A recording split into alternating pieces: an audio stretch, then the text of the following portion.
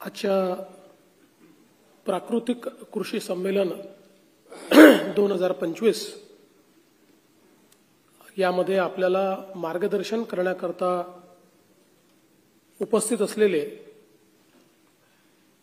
आपल्या राज्याचे माननीय राज्यपाल आणि ज्यांनी प्राकृतिक शेतीचं मॉडेल हे देशभराकरता तयार केलं असे परमादरणीय आचार्य देवव्रतजी, आपल्या राज्याचे उपमुख्यमंत्री आणि एक प्रागतिक शेतकरी असे आमचे माननीय एकनाथराव शिंदेजी या ठिकाणी उपस्थित, आपले विधान परिषदेचे सभापती, उपसभापती, सर्व मंत्रिमंडळातील सहकारी, सन्माननीय खासदार, सन्माननीय आमदार, सर्व लोकप्रतिनिधी, अधिकारी आणि उपस्थित भगिनी आणि बंधूंनो,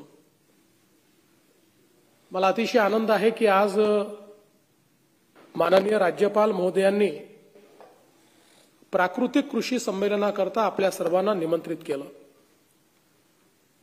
मध्यंतरी जेव्हा देशाचे माननीय प्रधानमंत्री श्री नरेंद्र मोदीजी मुंबईला आले होते, त्यावेळी एअरपोर्टवर चर्चा करताना त्यांनी आम्हाला आणि राज्यपालांना विचारलं की तुम्ही महाराष्ट्रातल्या लोकप्रतिनिधींसमोर प्राकृतिक शेतीच्या संदर्भात विषय मांडला की नाही। राज्यपाल म्हणाले की अजून कार्यक्रम व्हायचा आहे आणि मग त्याच दिवशी आम्ही ठरवलं की अशा प्रकारचा कार्यक्रम हा आपल्याला लवकरात लवकर घेतला पाहिजे।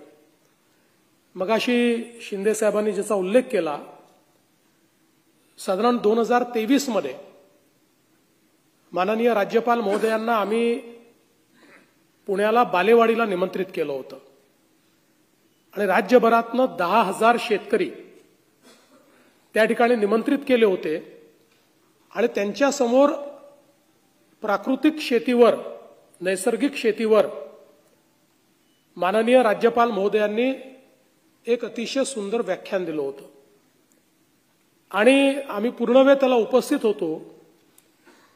अतिशय प्रबोधन करणारं, वेगवेगळ्या प्रकारच्या संकल्पना उलगडणारं, अनेक प्रकारच्या संकल्पना बदलणारं अशा प्रकारचं ते भाषण माननीय राज्यपाल महोदयांचं होतं आणि त्यावेळी पहिल्यांदा नैसर्गिक शेती आणि सेंद्रिय शेती या दोन मधलं अंतर काय हे राज्यपाल महोदयांनी अतिशय सुंदरपणे सांगितलं होतं।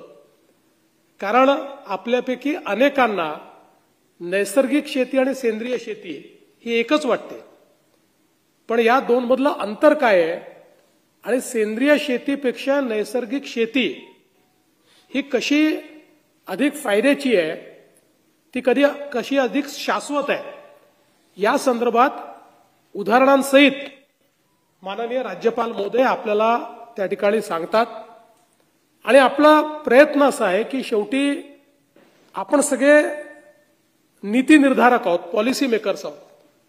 नीती निर्धारण करणाऱ्यांच्या मनामध्ये नैसर्गिक शेतीची संकल्पना जर योग्य प्रकारे उलगडून बसवली तर पुढच्या नीती निर्धारणामध्ये आपण त्या दृष्टीनं कार्य करू शकू। या दृष्टीनंच आजचा हा कार्यक्रम खऱ्या अर्थानं आयोजित केलाय। पुढच्या काळामध्ये आमचा प्रयत्न असेल की माननीय राज्यपाल महोदयांचे अधिक व्यापक शेतकऱ्यांच्या पुढे, गटांच्या पुढे व्याख्यानं व्हावीत आणि त्यातनं एक नैसर्गिक शेतीच्या संदर्भातला एक जो आपलं मिशन आहे, हे मिशन आपल्याला वेगाने पुढे नेता यावं। खरं तर आपण पहिल्यांदा हे मिशन सुरू केलं होतं 2014 नंतर आणि त्या मिशनमध्ये जवळपास 14 लाख हेक्टर जमीन ही आपण नैसर्गिक शेतीखाली आणू शकलो, पण त्यावेळी आपण नैसर्गिक आणि सेंद्रिय याच्यात भेद ठेवला नव्हता। त्यामुळे दोन्ही प्रकारचे अप्रोच आपण घेतले होते।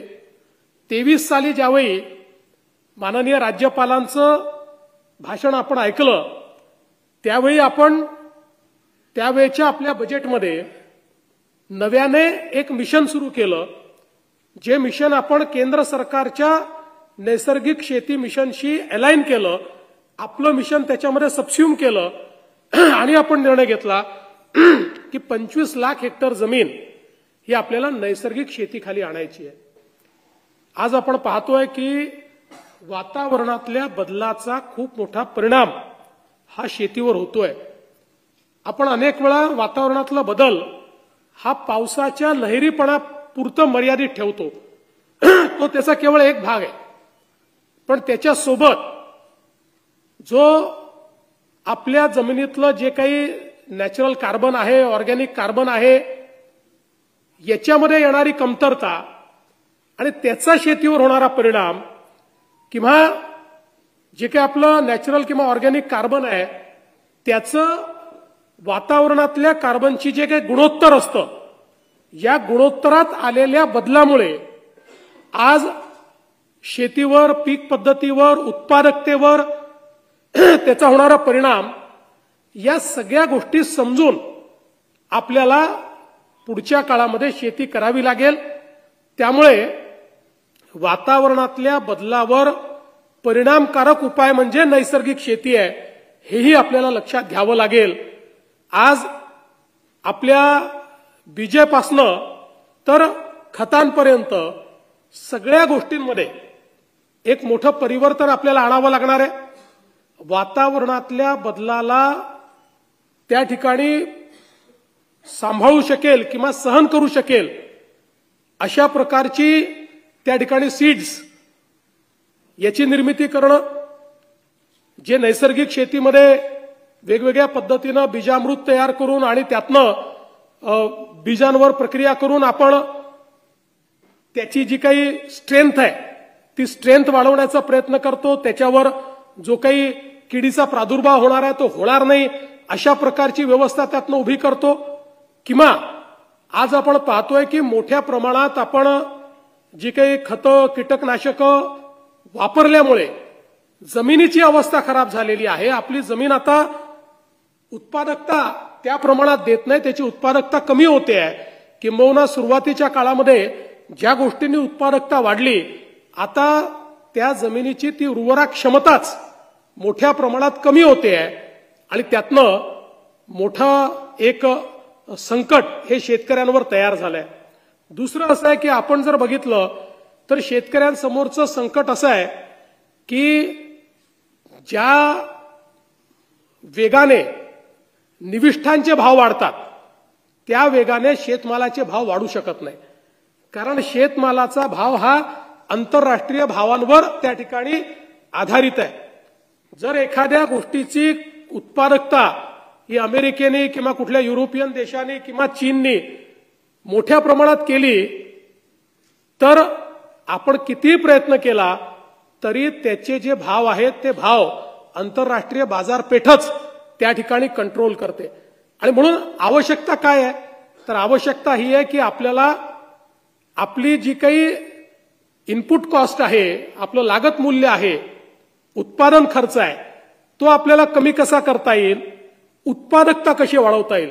म्हणजे एकीकडे खर्च कमी होईल आणि उत्पादकता वाढल्यामुळे जे काही आंतरराष्ट्रीय बाजारपेठेने ठरवलेले भाव आहेत त्या भावातही शेतीमध्ये मोठ्या प्रमाणात नफा मिळेल. आणि मग याचा उपाय काय आहे? याचा उपाय निविष्ठांची कॉस्ट कमी करणे, किंमत कमी करणे. ती तर आताच्या बाजार आधारित अर्थव्यवस्थेमध्ये आणि ज्यावेळेस इतक्या मोठ्या प्रमाणात कंपन्या रोज नवीन प्रकारचं काहीतरी काढतात आणि आपल्याकडे तर कसं आहे की शेवटी आपली सगळ्यांची मेंटॅलिटी ही अशी आहे की एका शेतकऱ्याने वापरलं की सगळे शेतकरी तेच वापरतात आणि मग त्यातनं आज त्या सगळ्या औषध निर्माण करणाऱ्या कंपन्या असतील, खत निर्माण करणारे वेगवेगळ्या प्रकारचे न्यूट्रिएंट्स तयार करणाऱ्या कंपन्या असतील, या सगळ्यांचा त्याच्यात फायदा होतो.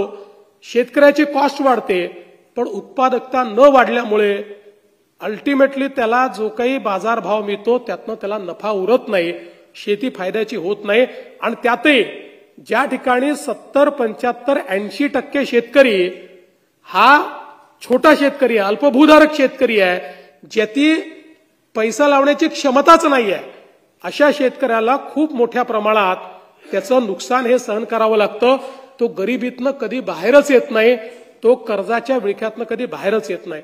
आणि म्हणून या सगळ्यावरचा उपाय हा नैसर्गिक शेती आहे. कारण जे निसर्गाने दिलंय, जे शेतीमध्येच आहे, ज्या गोष्टीला आपण वेस्ट समजून त्या ठिकाणी फेकून देतो, जाळून टाकतो, अशा सगळ्या गोष्टी या आपल्या शेतीच्या इनपुटमध्ये आपण परिवर्तित करू शकतो. त्याला आपण नॅचरल कार्बन वाढवण्याकरता, मायक्रोन्यूट्रिएंट्स करता त्याच्यामध्ये आपण कन्व्हर्ट करू शकतो. अशा प्रकारची ही सगळी नैसर्गिक शेती जी आहे त्याची व्यवस्था ही उभी केली आहे. कारण आपल्याला माहिती आहे की ईश्वराने व्यवस्था अशी उभी केली आहे की ज्यात nothing is waste, everything is wealth. अशा प्रकारे या सगळ्या ज्याला वेस्ट समजलं त्यातूनही एक आपण अशा प्रकारचं सायकल तयार करू शकतो की त्यातनं आपली इनपुट कॉस्ट ही कमी होणार आहे. दुसरं महत्वाचं यातलं आहे की अलीकडच्या काळामध्ये आपल्या शेतीतल्या ज्या काही अडचणी आहेत त्यातलं एक प्रमुख कारण आपलं गोधन कमी झालेलं आहे. खरं म्हणजे आपल्याला याची कल्पना आहे की आपल्या संपूर्ण संस्कृतीमध्ये गोमातेला खूप मोठा दर्जा दिलेला आहे. आपण तिला ईश्वराचा दर्जा दिलाय. कोणी ईश्वर मानलं नाही तरी चालू शकतं, पण जसं ईश्वर आपल्याला जगण्याकरता व्यवस्था उभी करतो तशीच गोमाताही आपल्याकरता जगण्याची व्यवस्था उभी करते. या संपूर्ण शेतीच्या सायकलमध्ये त्या गोमातेचा उपयोग हा सर्वाधिक आहे. आज जे जीवामृत तयार होतं, गोमूत्र असेल, शेण असेल, या सगळ्या गोष्टीतनं ज्या प्रकारचं शेतीतलं परिवर्तन आपल्याला पाहायला मिळत आहे. आणि म्हणूनच आपले संविधानकार भारतरत्न डॉक्टर बाबासाहेब आंबेडकर यांनी जेव्हा संविधान लिहिलं त्यावेळी त्या संविधानामध्ये त्यांनी डायरेक्टिव्ह प्रिन्सिपल ऑफ स्टेट पॉलिसीमध्ये काय सांगितलं, तर राज्यांनी गोहत्या बंदी केली पाहिजे. हे का सांगितलं त्यांनी?